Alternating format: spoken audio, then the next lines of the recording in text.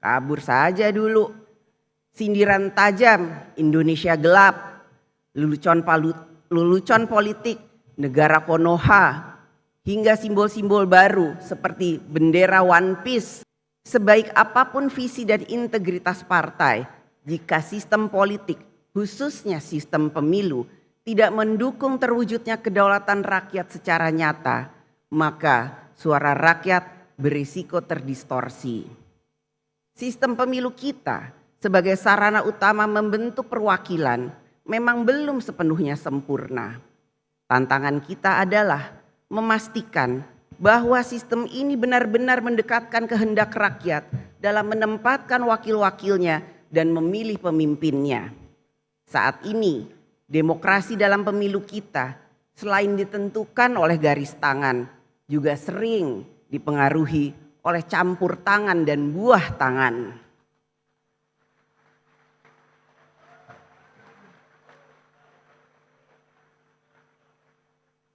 Kita semua memiliki garis tangan, nasib dan kesempatan yang diberikan oleh Allah Subhanahu wa Ta'ala, Tuhan yang Maha Esa.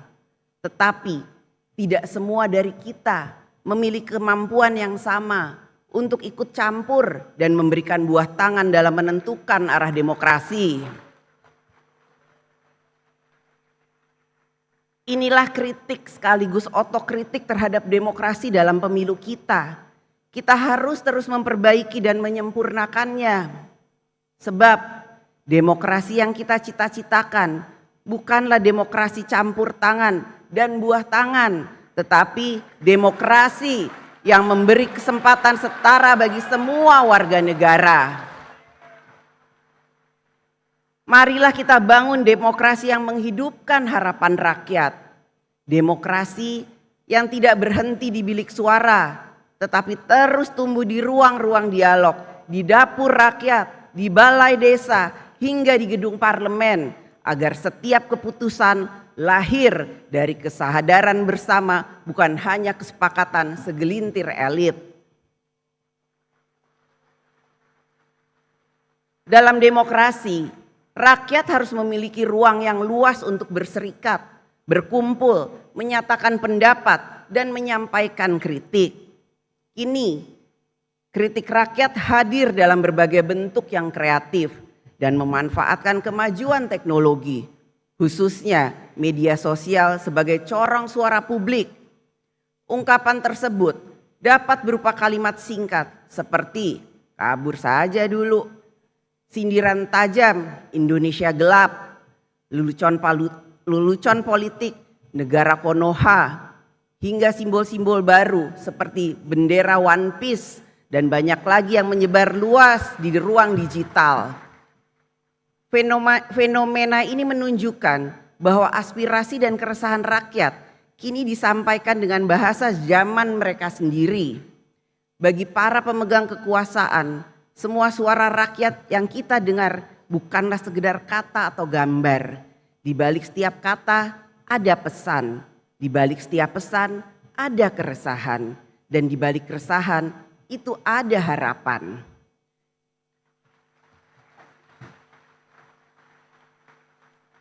Karena itu, yang dituntut dari kita semua adalah kebijaksanaan. Kebijaksanaan untuk tidak hanya mendengar, tetapi juga memahami. Kebijaksanaan untuk tidak hanya menanggapi, tetapi merespon dengan hati yang jernih dan pikiran yang terbuka. Kita semua berharap apapun bentuk dan isi kritik yang disampaikan rakyat tidak boleh menjadi bara yang membakar persaudaraan Indonesia. Kritik tidak boleh menjadi api yang memecah belah bangsa. Sebaliknya, kritik pun harus menjadi cahaya yang menerangi jalan kita bersama. Kritik dapat keras dalam substansi dan menentang keras kebijakan. Akan tetapi, kritik bukan alat untuk memicu kekerasan, kebencian, menghancurkan etika dan moral masyarakat, apalagi menghancurkan kemanusiaan.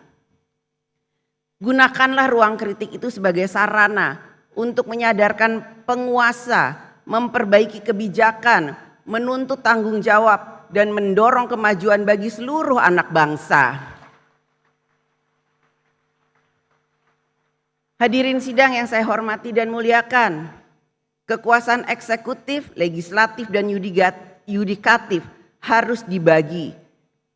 Bukan untuk saling melemahkan, melainkan untuk memastikan tidak ada satupun kekuasaan pun yang berdiri di atas yang lain. Dalam konteks Indonesia, sebagaimana diatur dalam Undang-Undang Dasar Negara Republik Indonesia tahun 1945, pembagian kekuasaan antara pemerintah, DPR, DPD, MPR, MA, dan MK bukanlah sekedar pemisahan kekuasaan, akan tetapi kekuatan terpadu atau united power dalam mencapai tujuan bernegara. Kekuasaan eksekutif, legislatif, dan yudikatif bukanlah tiga kutub yang saling berseberangan, melainkan tiga pilar dari satu bangunan yang sama, yaitu bangunan kedaulatan rakyat.